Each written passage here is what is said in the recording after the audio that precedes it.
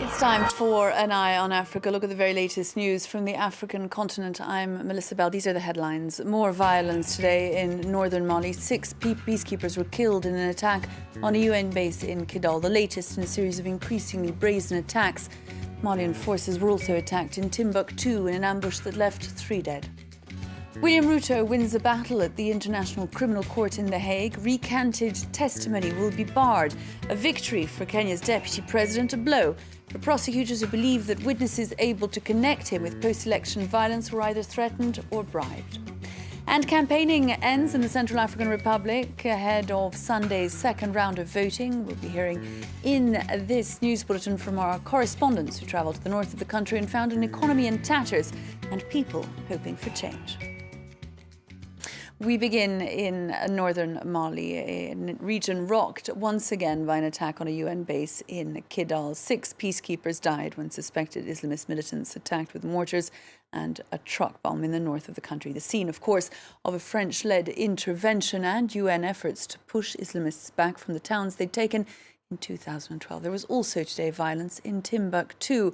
Here's our correspondent in Bamako with more.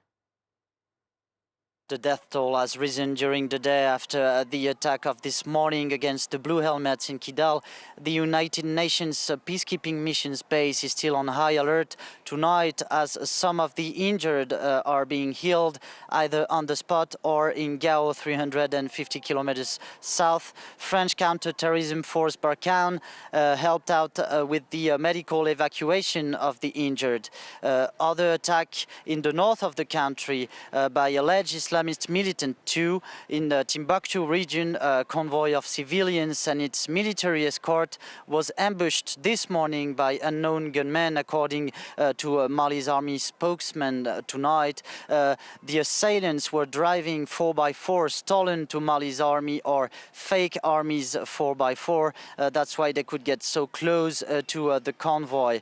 The attack made 3 soldiers dead amongst Mali's army, several others wounded. In both cases, in Kidal and Timubktu attack, the assailants are on the run tonight, and in both cases, Mali's authorities are pointing out the work of Al-Qaeda in the Islamic Maghreb and its affiliates, and Sardin and Al-Murabitun.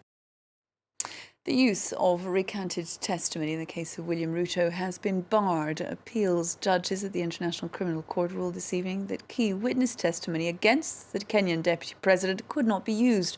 Prosecutors believe that witnesses who'd linked Mr. Ruto to post-election violence in Kenya in 2007-2008 were either threatened or bribed into withdrawing their testimony. The latest ruling marks a blow to the prosecutors' hopes of beefing up what amounts to a faltering case of crimes against humanity.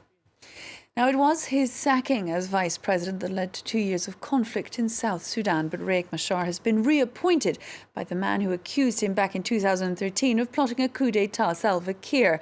The move is the culmination of a deal that ends more than 2 years of civil war, a war that has killed thousands and displaced 2 million, as Alexander Orcott now reports. Hitting the reset button, the government of South Sudan heads back to where it was 2 years ago. Under threat of UN sanctions, the two sides signed an initial pact in August and agreed to share ministerial positions from the beginning of this year. But until now, the accord has repeatedly broken down. The world's youngest nation split away from Sudan in 2011 and initially enjoyed support and aid from most of the developed world. But in December 2013, President Salva Kiir fired the Vice President Riek Machar, accusing him of plotting a coup.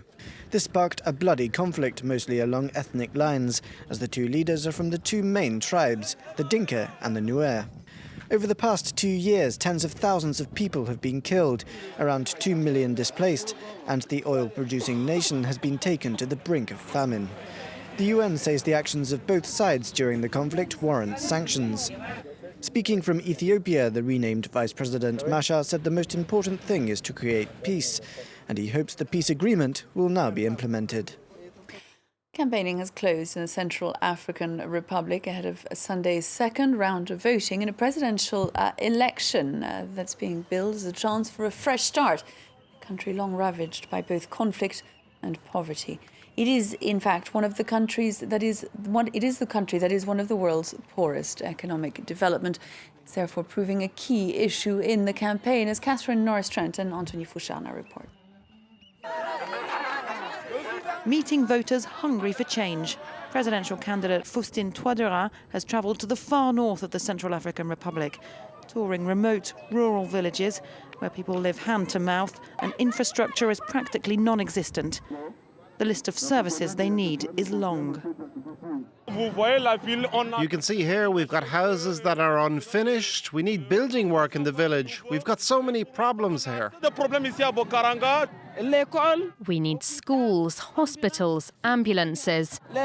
People from the countryside can't get here for treatment because the roads are so bad. There are no youth services or training. We don't have internet cafes or anything else like that. There's not even a driving school so that young people can go elsewhere.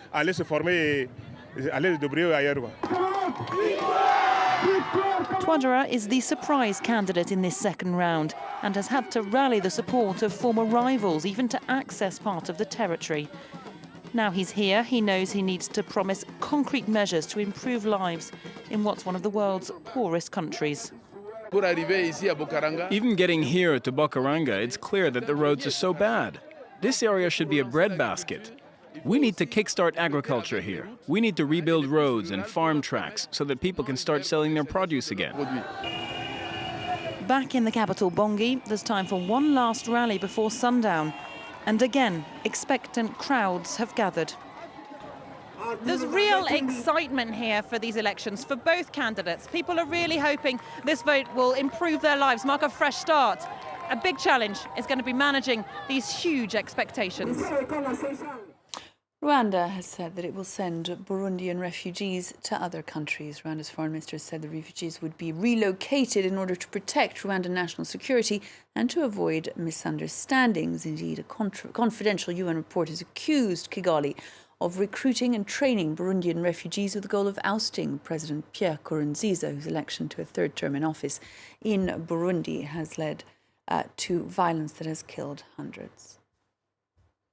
Now we're going to head to South Africa for a look at a species that was long extinct. The quagga, partly striped subspecies of zebra, was entirely wiped out by colonial hunters in the 19th century. However, a group of scientists and conservationists now believe that they've managed to bring the animal back to life. This on a private nature reserve just 2 hours north of Cape Town. Have a look. The quagga, a partly striped subspecies of zebra, was entirely wiped out by colonial hunters in the 19th century. But now, a small group of scientists and conservationists believe they have recreated the animal on a private nature reserve just 2 hours north of Cape Town. We are trying to breed back the quagga that became extinct through hunting many hundreds of years ago. The last original quagga died in a zoo in Amsterdam in 1883, and critics are curious why anyone would want to resurrect the animal. So it's an attempt to try and repair, if you like, an ecological damage that was done a long time ago in some sort of small way, and also to try and get a representation back of a charismatic animal that used to live in South Africa. Over a period of 30 years, the Quagga project has used selective breeding of plain zebra to produce an animal they say is indistinguishable from those that roamed the same plains centuries ago.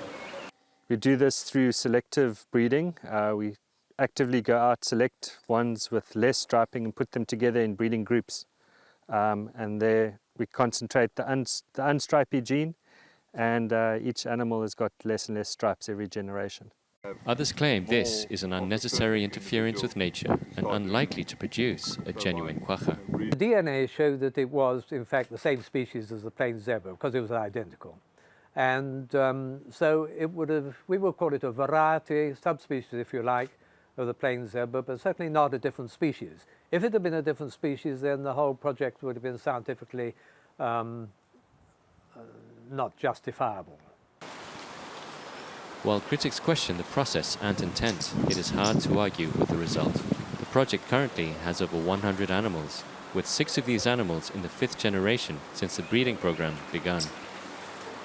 And that brings us to the end of Eye on Africa. We'll be back on Monday evening, though, with another look at all the very latest news from the African continent. Have a nice weekend.